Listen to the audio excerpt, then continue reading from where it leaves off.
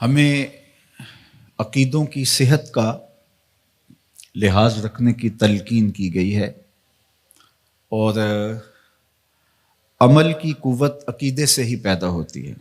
عقیدہ جتنا مضبوط ہو اتنا ہی عمل جاندار ہوتا ہے، اور ہمارے بنیادی عقائد ان کے ساتھ ہمیں جڑا رہنے کی تلقین کی گئی ہے۔ اللہ کے محبوب علیہ الصلاۃ والسلام نے ہمیں بڑی تاکید کے ساتھ اپنی سنت پر قائم رہنے کی تلقین ارشاد فرمائی، اور خلفائے راشدین کی سنت پر، ان کے طریقے پر قائم رہنے کی تلقین ارشاد فرمائی۔ قرآن و حدیث سے جو اخذ شدہ عقائد ہیں وہی ہماری بنیاد ہیں، اور ان کے اندر کوئی تبدیلی نہیں ہے۔ علیکم بسنتی فرما کر کے اس چیز کو وضاحت کے ساتھ بیان فرما دیا، اور یہ بھی ارشاد فرمایا کہ تمہارے اوپر جماعت کو لازم پکڑنا ضروری ہے، اور یہ بھی ارشاد فرمایا اتبعوا السواد الاعظم فإنہ من شذ شذ فی النار، سواد اعظم کے ساتھ وابستہ رہو، جو ان سے بچھڑ گیا تو وہ آگ میں چلا جائے گا۔ اس لیے کہ مسلمانوں کی جماعت کے ساتھ جڑنے میں ہی عافیت ہے، الگ راستہ اختیار کرنے سے یقیناً انسان نقصان میں جا گرتا ہے۔ جیڑی بکری اجڑوں وچھڑی او بگیاڑاں جوگی، تو جماعت کے ساتھ وابستگی اختیار کرنے میں ہی عافیت ہے۔ اور اس وقت تشدد، افتراق اور جو نظریاتی انتشار پیدا ہو گیا ہے، میں آپ کو عرض کرنا چاہوں گا کہ معتدل عقیدے پہ قائم رہیے، ہمیشہ تشدد سے اپنے آپ کو بچائیے، اور دوسرا ادب کے دامن کو کبھی بھی نہ چھوڑیے گا۔ جب ادب ہاتھ سے چھوٹتا ہے تو پھر وہ راستے نکلتے ہیں جو گمراہی کی طرف انسان کو لے جاتے ہیں۔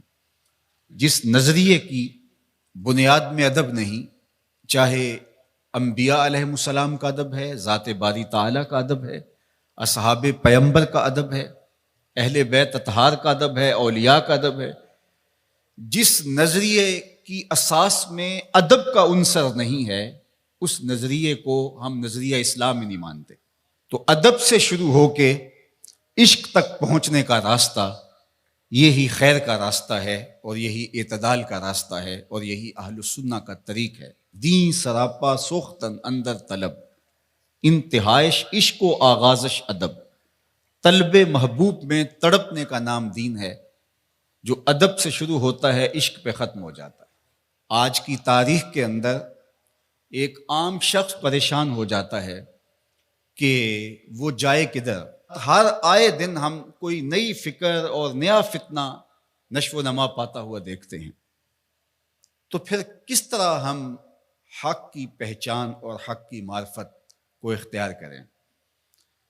تو صاحب، میں آپ سے عرض کرنا چاہوں گا کہ ہمارے اسلاف نے جو چیزیں طے کر دی ہیں وہ طے شدہ ہیں، ہمیں کسی نئے راستے میں پڑھنے کی ضرورت نہیں ہے۔ علامہ اقبال علیہ رحمہ نے بہت خوبصورت ہمیں اس حوالے سے رہنمائی کی ہے کہ زجتہاد عالمان کم نظر اقتدا بر رفتگاں محفوظ تھا۔ کم نظر علماء کی اقتدا سے بہتر ہے کہ جو تمہارے اسلاف ہیں ان کے طریق پر تم چلو، چونکہ ان کا طریق صحیح طریق تھا۔ کیوں؟ عقل آبایت ہوس فرسودہ نیست، کار پاکاں از غرض آلودہ نیست۔ ان کے جو نظریات تھے وہ کسی غرض کے تحت نشو و نما نہیں پائے تھے۔ انہوں نے اپنی خواہش اور اپنی آرزوؤں کی تکمیل کے لیے دلیلیں نہیں ڈھونڈی تھی، بلکہ جو دین تھا اس کے مطابق انہوں نے ہمیں راستہ اور راہ عمل عطا کیا اور عقائد ہمیں دیے۔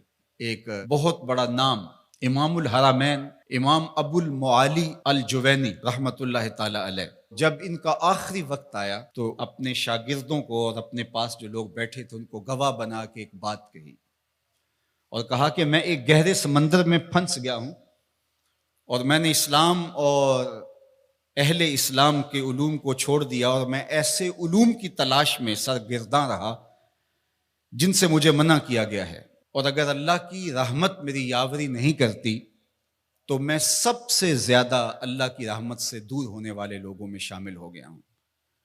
اور اب میری آخری سانسیں چل رہی ہیں، تھوڑی دیر کے بعد میں تم کو الوداع کہہ دوں گا۔ تو امام الحرمین امام جوینی نے کہا کہ تم سب گواہ بن جاؤ، میں اپنی بوڑھی ماں اور نیشا پور کی بوڑھی عورتوں کے دین پہ اپنی جان دے رہا ہوں۔ میرا وہی عقیدہ ہے جو نیشا پور کی بوڑھی عورتوں کا ہے، میرا وہی عقیدہ ہے جو میری بوڑھی ماں کا عقیدہ ہے۔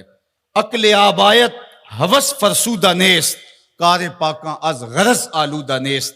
تمہارے آباء و اجداد کی عقل ہوس سے پاک تھی اور غرض اور لالچ کی بنیاد پر انہوں نے عقیدوں کا کاروبار نہیں کیا، بلکہ ان کا وہی عقیدہ تھا جو شریعت کے ماخذ سے پھوٹتا ہوا دکھائی دیتا ہے۔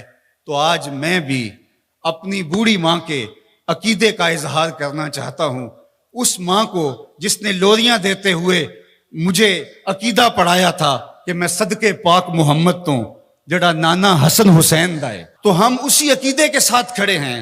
میں 94 برس کے اس بوڑھے باپ کے عقیدے کا اظہار کر رہا ہوں کہ جس نے ہمیں لوریاں دیتے ہوئے یہ عقیدہ دیا تھا، ملدا نہیں محمد ورگا ساری وچ خدائی، اس تصویر نورانی وچوں غیراں رمز نہیں پائی۔ تو ہمارا عقیدہ ہمارے اسلاف کا عقیدہ ہے، صحابہ کے حوالے سے ہو، اہل بیت کے حوالے سے ہو۔ تو آئیے اس زمانے کے اندر ہم اپنے اس عقیدے کا اظہار کرتے ہیں کہ ہم صحابہ کے در کے بھی غلام ہیں اور اہل بیت کی چوکٹ کے بھی نوکر ہیں۔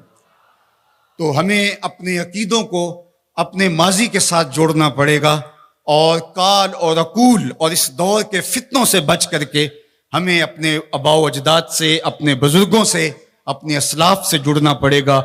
فکر شاں ریست ہمیں باریک تر، ورے شاں با مصطفیٰ نزدیک تر۔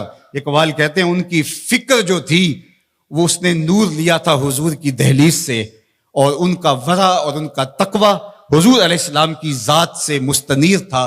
لہٰذا اگر ہم ان کے ساتھ جڑ جاتے ہیں تو ہمیں خیریت، ہمیں عافیت، ہمیں روشنی، ہمیں نور نصیب ہوگا۔ تو اپنے عقائد کو اپنے اسلاف کی مطابقت کے اندر ڈھالنے کی ہمیں کوشش کرنی چاہیے، چونکہ نجات کا دار و مدار اسی پر ہے۔